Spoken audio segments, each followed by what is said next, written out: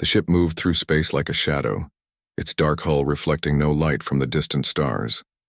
Inside, Commander Zeth Ka studied the blue and green planet below with the same cold interest he had shown to dozens of other worlds. Earth was just another target on a very long list. "Status report," he said to his second officer. "The humans remain unaware of our presence, Commander. Their detection systems are primitive. They still use electromagnetic waves for most communication." The officer paused to check his readings. "Their weapons are basic chemical explosives and simple kinetic projectiles. No energy shields, no plasma weapons, no faster-than-light travel." Zeth Ka nodded. It was always the same story. Every world the hegemony found followed the same patterns. First came fire and simple tools, then metals and machines, then basic atomic power, and finally the discovery that they were not alone in the universe. Most species never made it past the atomic stage. The hegemony made sure of that. "What is their classification?" he asked. "Target classification 7, sir. Standard conquest protocols will apply. We estimate total pacification within 2 standard cycles." 2 cycles. That was generous.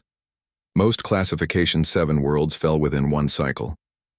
Some lasted only days.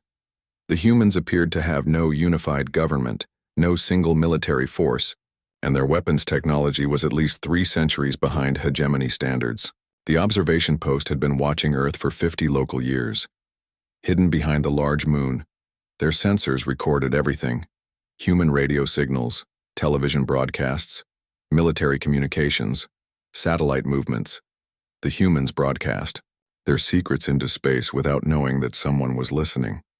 What the humans called their world wars had been particularly educational.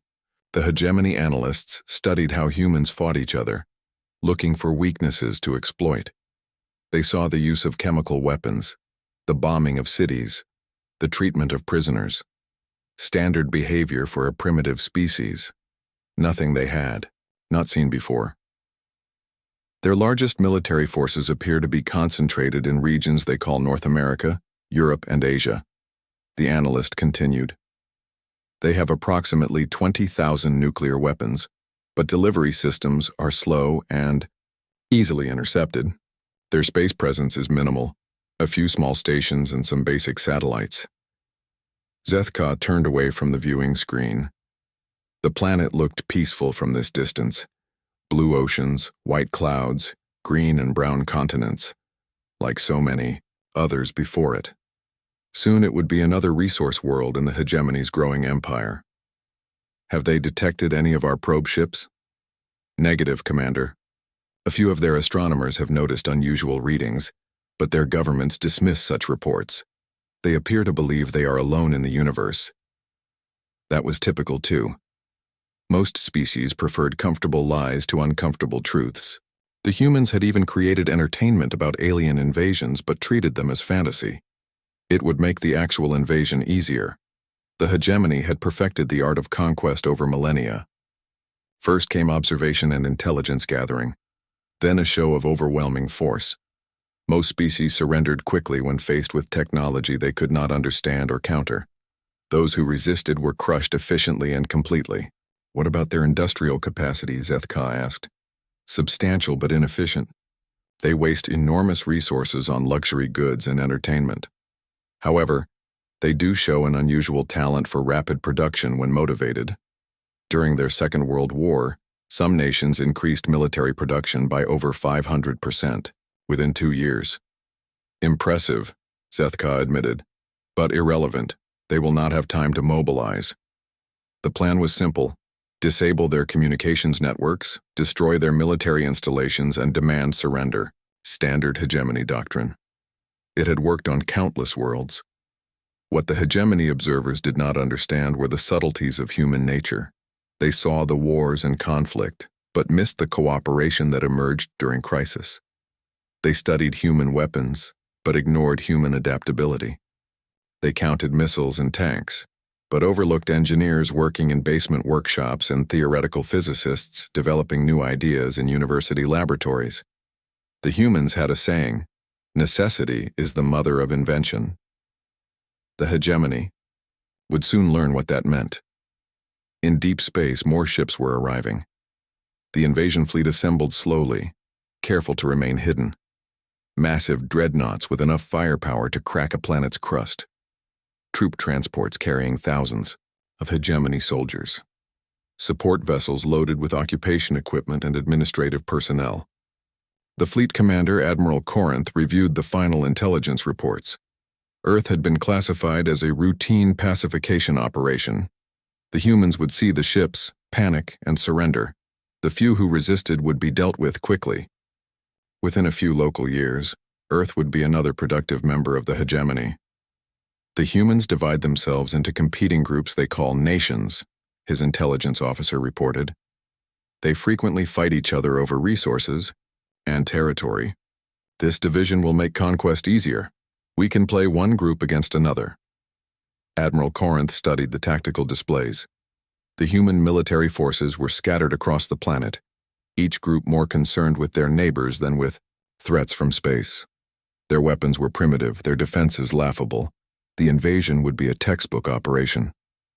"Begin final preparations," he ordered. "We will commence operations in 72 hours." The order went out across the fleet. Weapon systems were charged, troop transports were loaded, and communications jammers were prepared. Everything was proceeding according to plan. On Earth, humanity continued its daily life unaware that everything was about to change.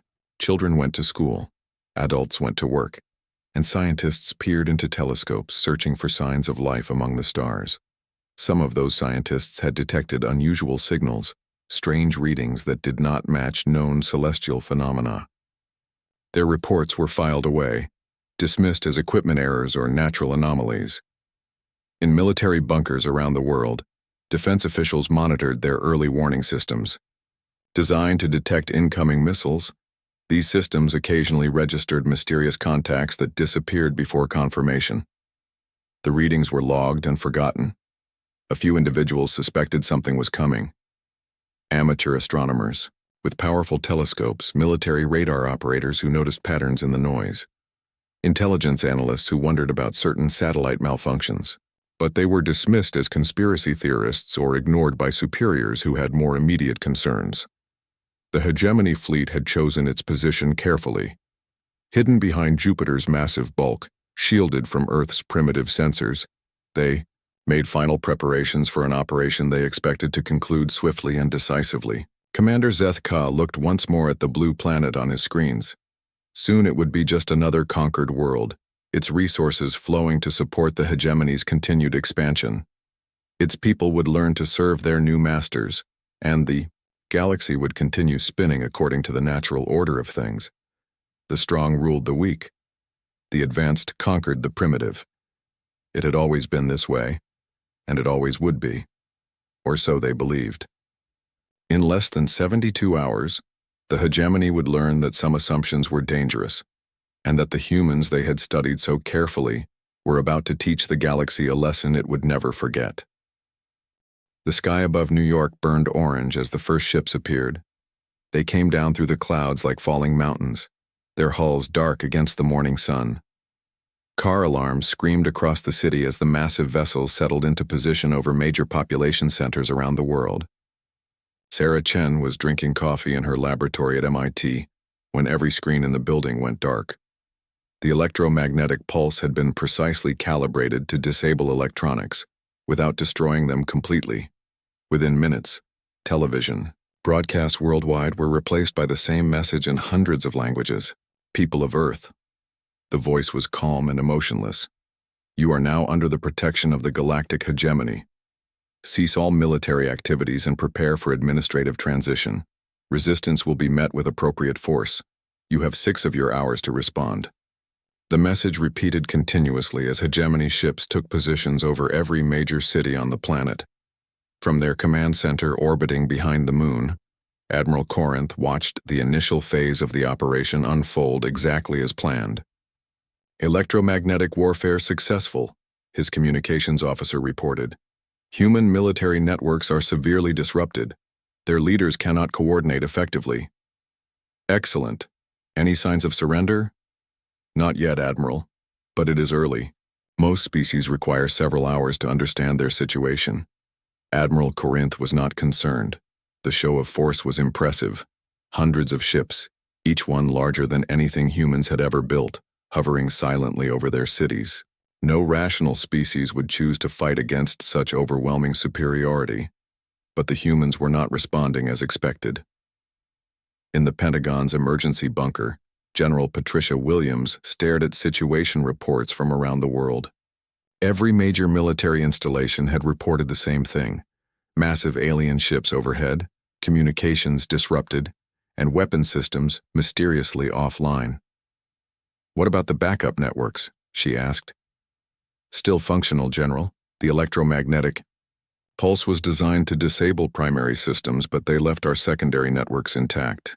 Probably so we could receive their surrender demands." General Williams smiled grimly. The aliens had made their first mistake. They assumed human military networks were as primitive as human broadcast technology. They did not know about the hardened military communication systems designed to survive nuclear war. "Get me connected to Moscow, Beijing, London, New Delhi, and Tel Aviv. Use the quantum channels." "Ma'am, those are normally reserved for nuclear authorization." "This is bigger than nuclear war, Colonel. Do it now." Within 30 minutes, military leaders from around the world were talking to each other through communication channels the aliens did not know existed. The conversation was brief and unprecedented. "The aliens want our surrender," General Williams said. "I propose we give them something else." "What did you have in mind?" asked General Petrov from Moscow. "Everything we have. Complete technology sharing. Full military cooperation. Every weapon, every research project, every classified program, all of it." The silence on the channel lasted several seconds. Nations that had been enemies for decades were being asked to share their most closely guarded secrets. "You are talking about violating centuries of military doctrine," said General Zhang from Beijing. "The doctrine assumes we are fighting each other," Williams replied. "That just changed." The vote was unanimous. Dr. Sarah Chen was part of the first wave. As an expert in electromagnetic systems, she found herself in a military transport, heading to a classified facility in Colorado within hours of the invasion. Around the world, similar transports were gathering scientists, engineers, and military specialists. "What exactly are we doing here?" asked Dr. James Morrison, a physicist from Oxford who specialized in exotic matter research. "We are going to save our species," Chen replied, studying data from the first alien scans. "Look at these energy readings. Their shields operate on principles we theorized about but never could build. But the theory is sound. How long would it take to build something similar? With traditional development?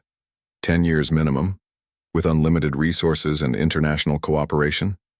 She paused to run calculations. "Maybe 6 months. We don't have 6 months. Then we better work faster." The aliens had expected chaos and fear. Instead, they were seeing coordination on a scale their analysts had never observed. Ancient enemies were sharing military secrets. Research programs that had been kept separate for security reasons were being combined. Production facilities designed to build different types of weapons were being retooled to work together. "Admiral?"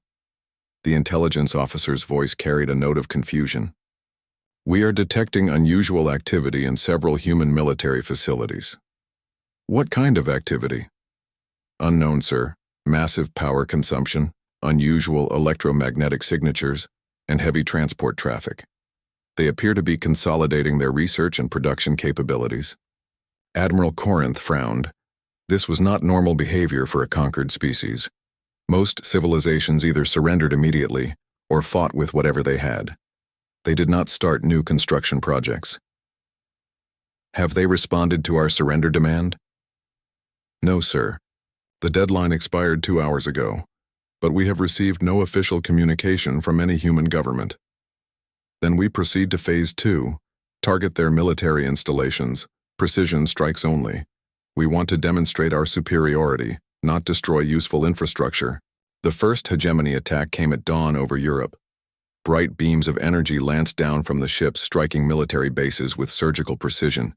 Hangars exploded, radar installations melted, and missile silos were reduced to smoking craters.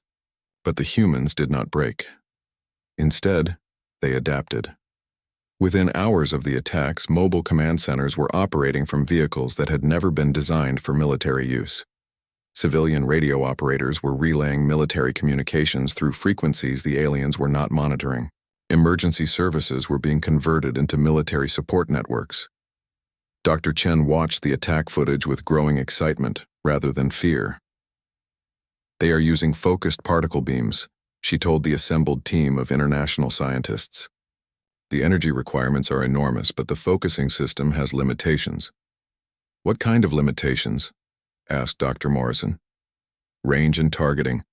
They have to get relatively close for precision strikes, and the focusing system needs time to lock onto targets. If we can make our important facilities mobile, they cannot hit them effectively. Mobile facilities? General Williams looked skeptical. We are talking about advanced research laboratories and weapons production. You cannot just put that in the back of a truck.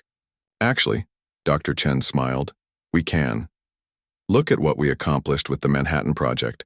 Entire cities built in secret, massive industrial operations hidden from the world. We built atomic weapons in the middle of a war using 1940s technology. Now we have 21st century technology and a lot more practice.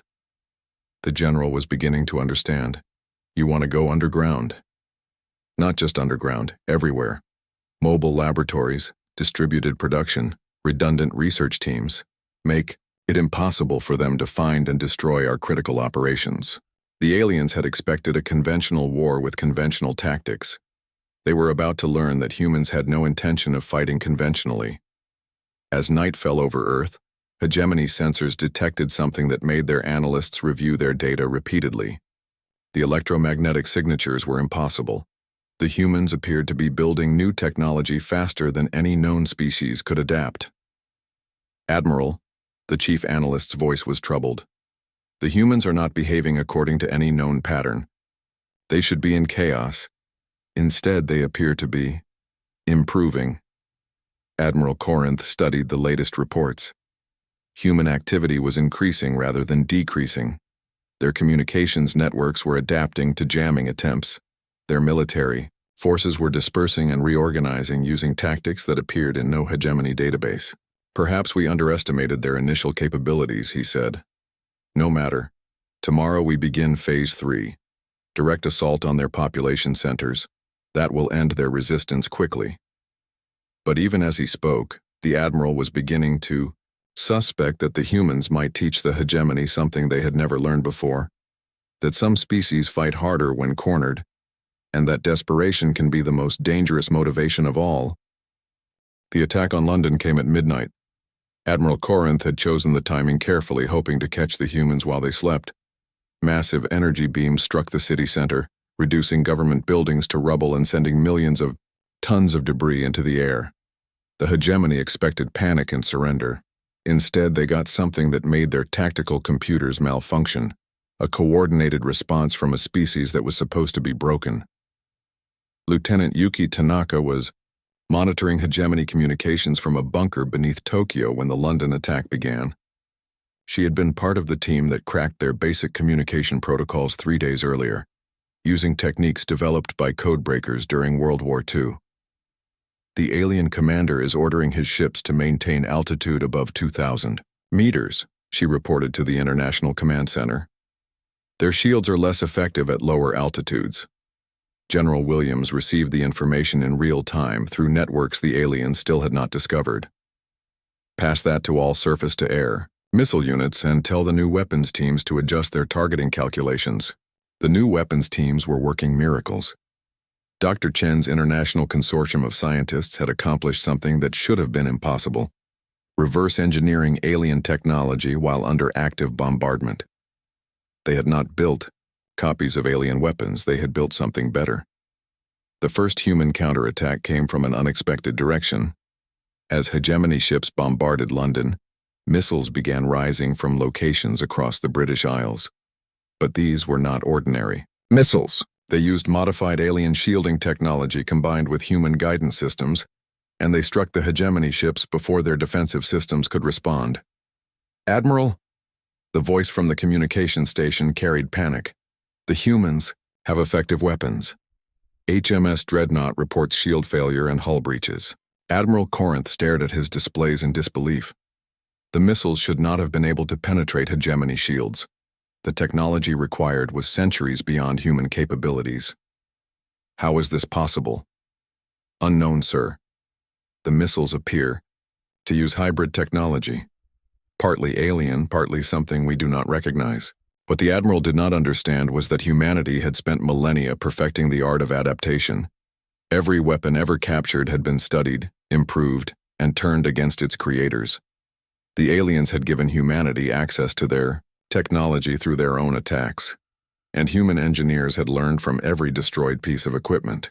Captain Maria Rodriguez commanded the first human unit to board an alien ship. Her team had infiltrated HMS Dreadnought through hull breaches created by the missile strikes, using equipment that had not existed a week earlier. Remember, she told her team through the new communication implants, we are not here to fight, we are here to learn. The aliens had never faced anything like human special forces. The hegemony military was built for overwhelming technological superiority, not close-quarters combat with enemies who used unconventional tactics. The boarding teams moved through the ship like ghosts, avoiding confrontation while gathering intelligence. Rodriguez to command, she whispered as her team accessed the ship's computer systems. We have their database, navigation charts, fleet positions, communication codes, everything. Copy that, download what you can and get out. Negative, command, we are staying. This ship is going to have an accident. General Williams understood immediately. You are going to crash it. Into one of their larger ships if possible. It looked like battle damage caused the navigation failure. It was psychological warfare on a level the aliens had never experienced. Not only were humans fighting back effectively, they were making it appear that hegemony technology was unreliable. Other ship crews began reporting mysterious malfunctions, communication failures, and systems behaving unpredictably. Dr. Chen was working on her most ambitious project yet, a complete adaptation of alien shield technology for human use. But she was not simply copying their designs, she was improving them. The alien shields operate by deflecting energy attacks, she explained to the international team. But they have a critical weakness. They cannot deflect solid matter moving below a certain velocity threshold. Dr. Morrison looked up from his calculations. What kind of solid matter? Anything. A bullet, a piece of metal, even a rock. As long as it is moving slower than about 50 meters per second, it passes right through their shields. That seems like a major design flaw. Not really. Most civilizations use energy weapons exclusively. The aliens never encountered anyone who still used kinetic projectiles. Chen smiled. They never fought anyone who used arrows. The implications were staggering. Human weapons that the aliens had dismissed as primitive were actually perfectly designed to penetrate their defenses. Every rifle, every machine gun, every artillery piece on Earth could damage alien ships if used correctly. But we still need to get close enough, General Williams pointed out. Their ships stay at high altitude. Not all of them, Chen replied. Their troop transports have to land to deploy soldiers, and once they are on the ground, they are vulnerable. The battle for Delhi became the testing ground for human tactics. When hegemony troop transports descended to deploy occupation forces, they found the city empty. The entire population had evacuated through tunnels built during the Pakistan conflicts, leaving behind a carefully prepared trap.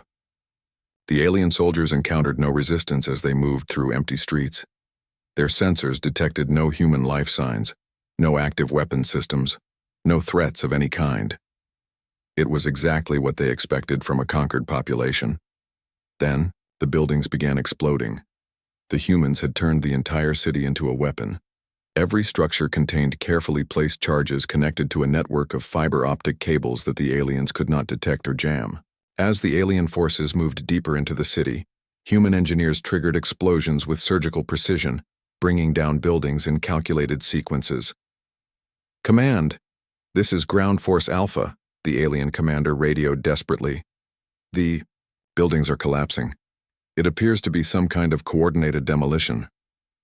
Withdraw immediately, Admiral Corinth ordered, but it was too late. The aliens had walked into a maze designed by humans who had learned siege warfare from medieval, castles, urban combat from Stalingrad, and demolition techniques from mining operations. The Delhi trap destroyed an entire hegemony regiment and provided humanity with intact alien equipment, prisoners for interrogation, and most importantly, proof that the invaders could be defeated. But the real victory was psychological. The hegemony had never faced an enemy that could turn an entire city into a weapon, that could coordinate complex operations while under bombardment, that could adapt alien technology faster than the aliens could deploy countermeasures. "Admiral," the fleet intelligence officer reported with barely controlled fear, "we need to reassess the human threat level. They are not fighting according to any known military doctrine." "What do you mean?" "They appear to treat everything as a potential weapon. Their civilian infrastructure, their communication networks, even their entertainment industry. They are using methods that violate every principle of civilized warfare." Admiral Corinth reviewed the reports from Delhi, London, and a dozen other cities. The humans were not simply resisting conquest. They were turning the invasion into a learning experience, adapting faster than his forces could respond. "What are our casualties?" 17 ships lost, 43 damaged, and over 2,000 ground troops missing or confirmed dead. "In how long?" 6 days, Admiral. 6 days. Most species surrendered within hours. The humans had been fighting for almost a week and were getting stronger. "Perhaps we should consider orbital bombardment," suggested the tactical officer. "Complete destruction of their major population centers would end this quickly." Admiral Corinth considered the option. Orbital bombardment would certainly end human resistance, but it would also destroy the resources that made Earth valuable. A dead planet was worthless to the hegemony. "Not yet," he decided. "We increase pressure gradually, they will break eventually." But even as he spoke, the Admiral was beginning to understand that he might have made the greatest tactical error in hegemony history. He had given the humans time to adapt, and they were using that time more effectively than any species he had ever encountered. In bunkers and laboratories around the world, human scientists and engineers were working on projects that would have taken decades under normal circumstances. International cooperation had eliminated the inefficiencies of competition, and desperation had eliminated the luxury of perfect safety protocols. The war was about to enter a new phase, and the aliens were beginning to realize that they might not be fighting for conquest anymore. They might be fighting for survival. 2 months into the invasion, Admiral Corinth faced a situation that no hegemony commander had encountered in over 1,000 years. A species that was winning a war against technologically superior forces. The latest intelligence reports painted an impossible picture. Human forces had not only stopped retreating, they had begun offensive operations.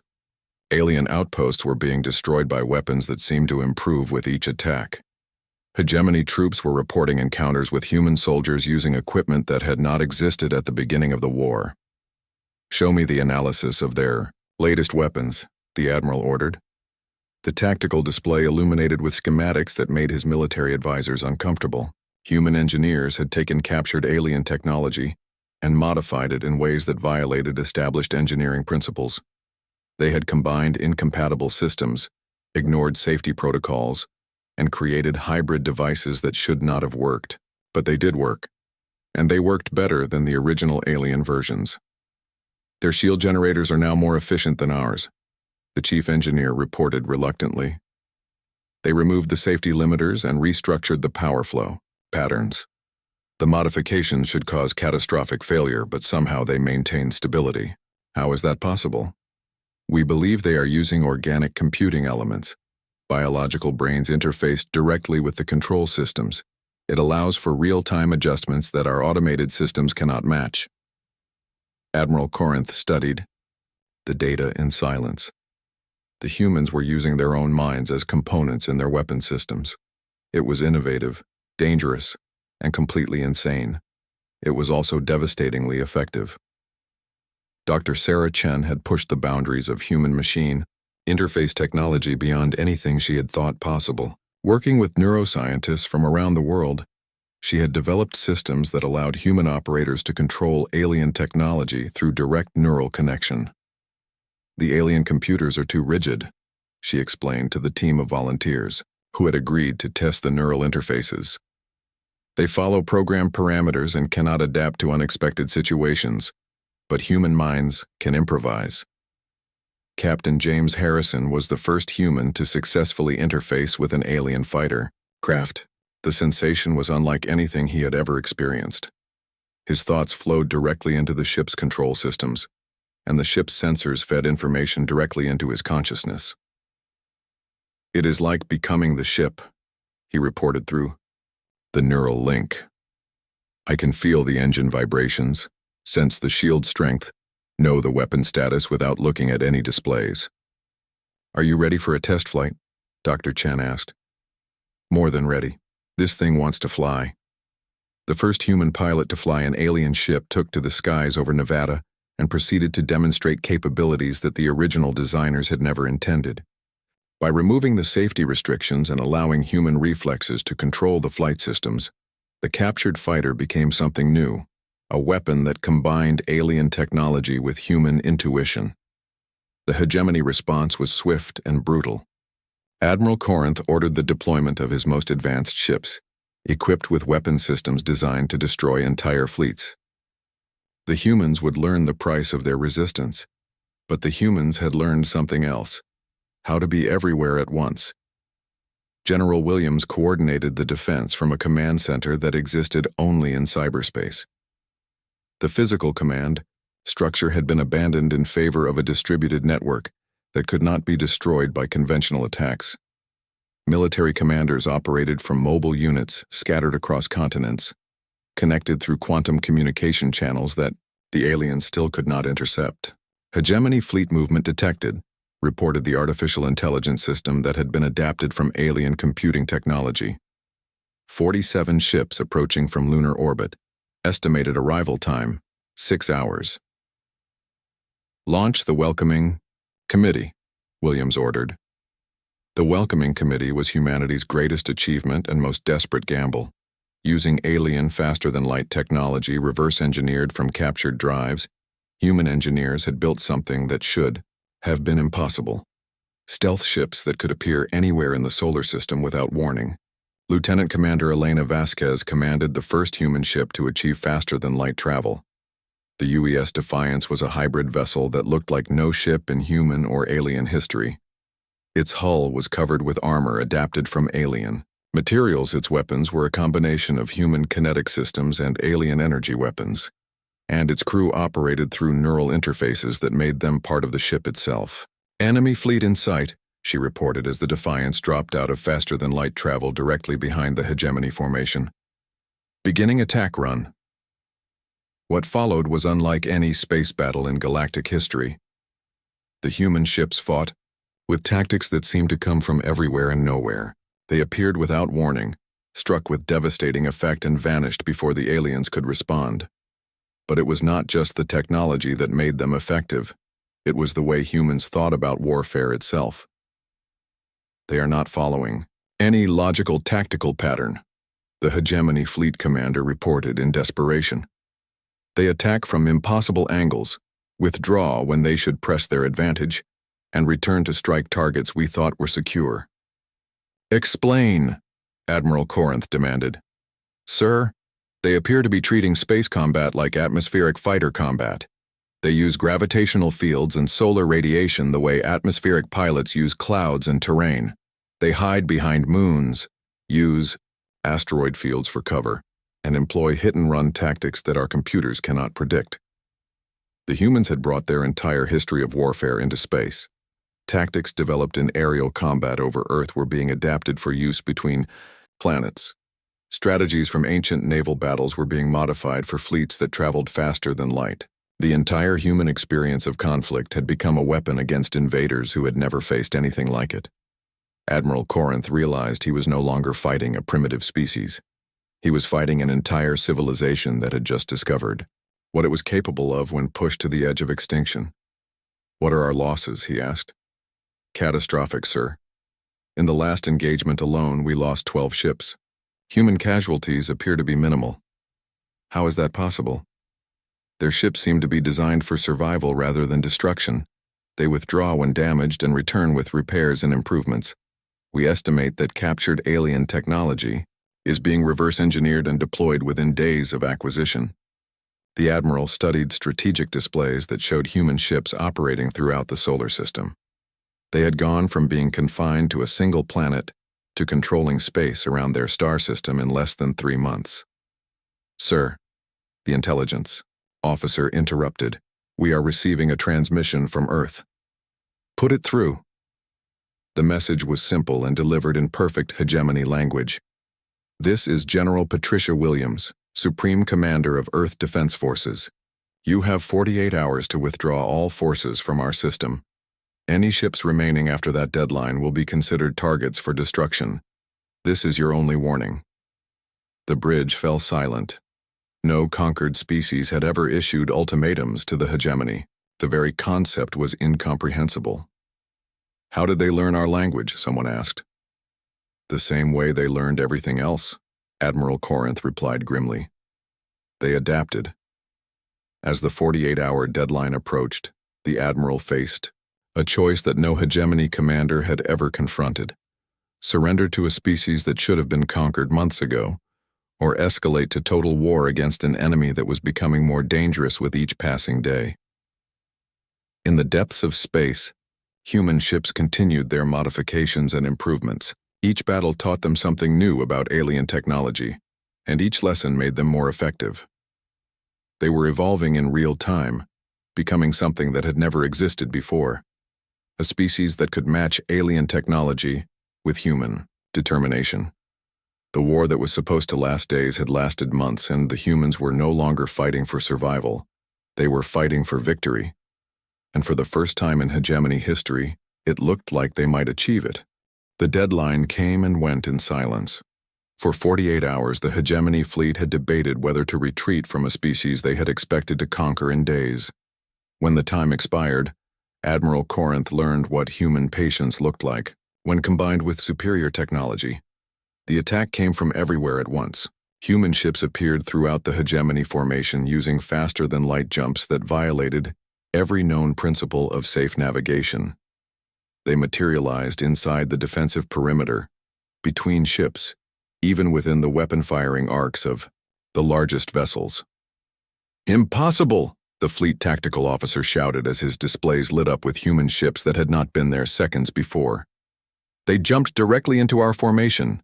The gravitational stresses should have torn their ships apart." But the humans had learned something the hegemony had never considered: that rules could be broken if you were willing to accept the consequences. Human ships were designed to survive what alien ships could not, using techniques that traded safety for tactical advantage. Captain Elena Vasquez brought the UES Defiance out of its jump directly beside a hegemony dreadnought. The alien ship was 20 times larger than her vessel, but size meant nothing when the enemy could not bring their weapons to bear. "All weapons, target their shield generators," she ordered, through the neural link that connected her to every member of her crew. "We have about 30 seconds before they can rotate to engage us." The Defiance's hybrid weapon systems spoke with the voice of human engineering, married to alien technology. Kinetic rounds accelerated to impossible velocities, struck the dreadnought's shield generators while energy weapons disrupted their power systems. In less than a minute, the massive alien ship was defenseless. "Boarding teams away," Vasquez ordered. "Remember, we want their computers intact." The human boarding teams had evolved far beyond the special forces units that had first infiltrated alien ships. Using powered armor adapted from captured equipment and weapons that combined human and alien technology, they moved through the alien vessel like a force of nature. They were not there to destroy. They were there to capture. Admiral Corinth watched his fleet disintegrate in real time. Human tactics had evolved beyond anything in the hegemony's military database. They fought like no species he had ever encountered, using strategies that seemed to combine every form of warfare ever developed. "Sir, HMS Conquest is reporting boarders in their computer core," the communications officer reported with barely controlled panic. HMS Destroyer has lost all power. HMS Vengeance is requesting permission to self-destruct. Denied, the Admiral said automatically. Self-destruction would prevent the humans from capturing more technology, but it would also mean admitting complete defeat. Sir, they are sending another message. The human transmission appeared on his main screen. General Williams looked tired but determined, speaking from what appeared to be the bridge of a human warship. Admiral Corinth, she said, somehow knowing his name and rank. Your fleet is defeated. Your ships are being captured or destroyed. You have two choices: surrender now and be treated according to the Geneva Convention, or continue fighting and be destroyed. How do they know my name? The Admiral asked. Sir, the intelligence officer said quietly, they have been monitoring our communications for weeks. They know everything about us. The Admiral realized with growing horror that the humans had not just been fighting, they had been learning. Every captured ship, every intercepted communication, every piece of technology had been studied and understood. The humans knew more about hegemony capabilities than some hegemony commanders. What is the Geneva Convention? He asked. The response came immediately, as if the humans had been monitoring his bridge communications in real time. It is a human agreement about the treatment of prisoners of war, General Williams explained. You will be confined but not harmed. Your crews will be fed and given medical care. You will be allowed to return home after hostilities end. It was an offer no hegemony commander had ever received from a conquered species, because no conquered species had ever been in a position to make such offers. And if I refuse, then you will join the ships we have already destroyed. Admiral Corinth looked at his tactical displays. More than half his fleet was gone. The remaining ships were scattered and fighting individual battles they could not win against human forces that seemed to anticipate their every move. Admiral, his second-in-command said quietly, perhaps we should consider their offer. You are suggesting surrender to a primitive species? Sir, with respect, they stopped being primitive about 3 months ago. The Admiral knew his subordinate was right. The humans had used the invasion as a catalyst to advance their technology by centuries in a matter of months. They had gone from chemical rockets to faster-than-light travel, from electronic computers to neural interfaces, from planetary-bound forces to interstellar capabilities. All ships, he broadcast on the fleet frequency, cease hostilities, prepare for surrender. The response was immediate. Human ships stopped firing and moved into escort positions around the surviving hegemony vessels. They did not gloat or make threats. They simply waited. Dr. Sarah Chen stood in the captured alien command ship that had become humanity's first interstellar vessel. Around her, teams of engineers and scientists worked to understand technology that had once seemed impossible. But they were not simply copying alien designs anymore. They were improving them. The quantum communication system is fully functional, reported Dr. Morrison. We can now communicate instantly with any point in the galaxy. Excellent. Begin transmitting our message to the Galactic Council. The message that went out from Earth's solar system was unlike anything the galaxy had ever received. It was broadcast on every hegemony frequency, in every known galactic language, with a clarity that made advanced civilizations pause in their daily activities to listen. This is General Patricia Williams speaking for the people of Earth, the message began. We have successfully defended our world against hegemony invasion. We now possess their technology, their star maps, and their communication systems. We know where they came from, and we know where their other fleets are located. The galaxy listened in stunned silence as a species that had been unknown months before announced its arrival on the interstellar stage. We do not seek conquest or expansion, but we will not tolerate attacks on our world or our people. Any species that threatens Earth will face the consequences. We have learned much about warfare in the past few months, and we are eager to share that knowledge with anyone who challenges us. The message included detailed recordings of human space battles, showing impossible tactics and hybrid technology that made military analysts throughout the galaxy recalculate their strategic assumptions. We are releasing all captured hegemony personnel as a gesture of good faith. They will carry this message to their leaders. Earth is no longer a target, it is now a power to be respected. In the Galactic Council chambers, representatives from hundreds of species watched the human broadcast with growing concern. The species they had dismissed as primitive had achieved something unprecedented. They had not just survived a hegemony, invasion, they had reversed it. "How is this possible?" asked the Andorian representative. "The hegemony has conquered thousands of worlds. No species has ever successfully resisted them." "Perhaps," suggested the Centauri delegate, "no species has ever been like the humans." The recording showed human ships using tactics that violated known principles of space combat. They jumped into impossible positions, combined incompatible technologies, and fought with a creativity that seemed to come from desperation, transformed into strength. "What do we know about their military capabilities now?"